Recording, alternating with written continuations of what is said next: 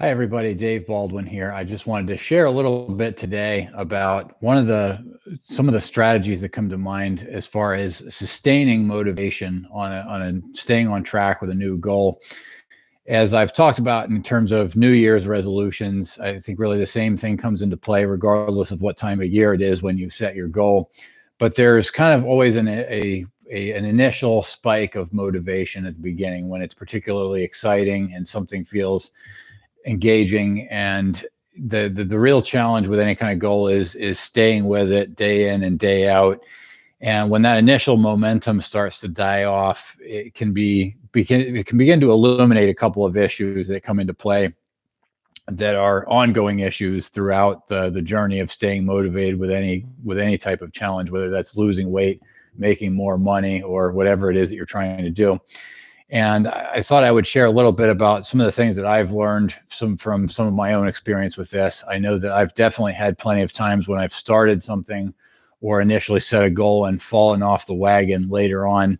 And typically one of two things has happened when I notice that if motivation is slipping away. And now I have tools to kind of recalibrate as I think of it when that begins to happen, because I don't think of it as a bad thing to avoid or something that I hope doesn't happen. I actually relate to it as an eventuality that will happen, because we're emotional beings. There are ups and downs, and no matter what it is you're trying to accomplish, if it's worthwhile at all, there's not only going to be times when you want to quit, but there's going to be times when you feel like you don't even really have any desire for it anymore.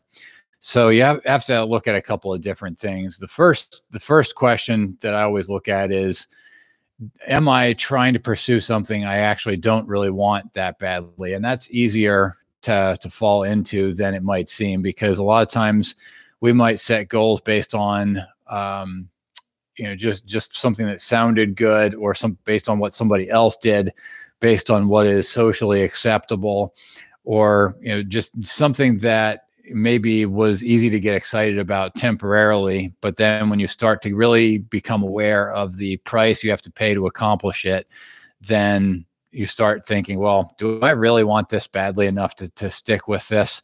And if the answer is honestly no, then that's a great thing to recognize. And then there's some recalibration that's necessary there. The other issue you can run into is if you don't honestly believe that it's possible to achieve the goal. And a lot of times that can be when it's just too lofty, it's too disconnected from reality, or it just doesn't seem like, when you think about it, it seems so far off in the distance that while on the one hand you can logically say, yeah, I would love to have that, but emotionally you can't connect with it, because you don't really think, you're sitting here in the back of your mind thinking, yeah, right, that's not going to happen. Sometimes that can occur also if you set a goal based on what someone else is doing, and it seems like, well, okay, it's possible for that person, but I don't know that it's possible for me. There's a lot of different ways to engage with this, but I think really the ultimate approach, the focus that I take is, if I notice that desire is weakening, then I don't try to get desire to change, but I really try to figure out, how do I get more in tune with what my natural desire actually is, and how can I be making a conscious decision about whether to stay on the path I'm on or change, rather than fall into unconscious decisions, because a lot of our decision making is unconscious, because we've got a lot of patterns that we get used to doing certain things and we just do them without thinking. And it feels like there's some kind of inertia that you have to break through in order to change those patterns. It takes deliberate, concentrated effort.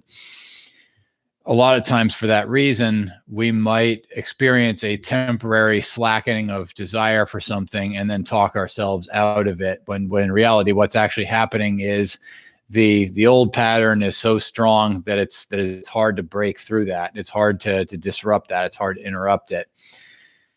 And the effort and the exertion required to interrupt the pattern is just simply too great. So the realignment, the recalibration that I find most helpful for me is really twofold. The one thing I want to do is get back in touch with what I'm really thinking, what do I really want, and how do I really feel about it. So there's three questions that I would invite you to look at as far as this process goes. So the first question is, what do you currently believe about your goal?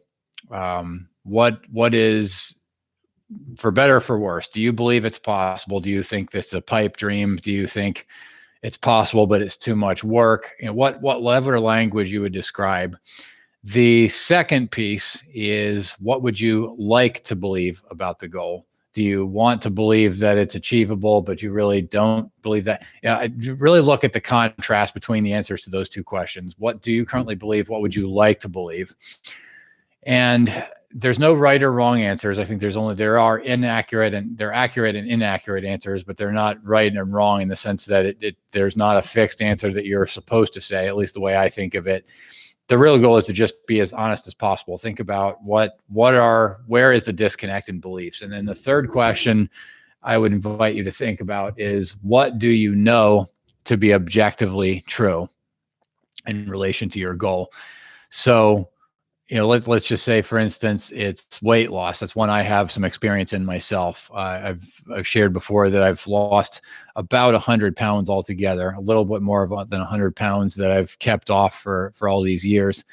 And I think there were several points during one of the periods of aggressive weight loss when I was dealing with a lot of temptation to go back to my old eating habits and just give up on the whole thing. I won't say there was any magic to it, but one of the things that I began to identify was, the way I thought of it was that I believed it was possible, but my experience of it was, I thought that it would require such great ongoing permanent sacrifice that it was possible, but might not be worth it. Like, I was thinking, okay, I can lose this weight, I can get healthier, but do I really want to just eat nothing but spinach and run 10 miles a day? I had a really cynical attitude towards it.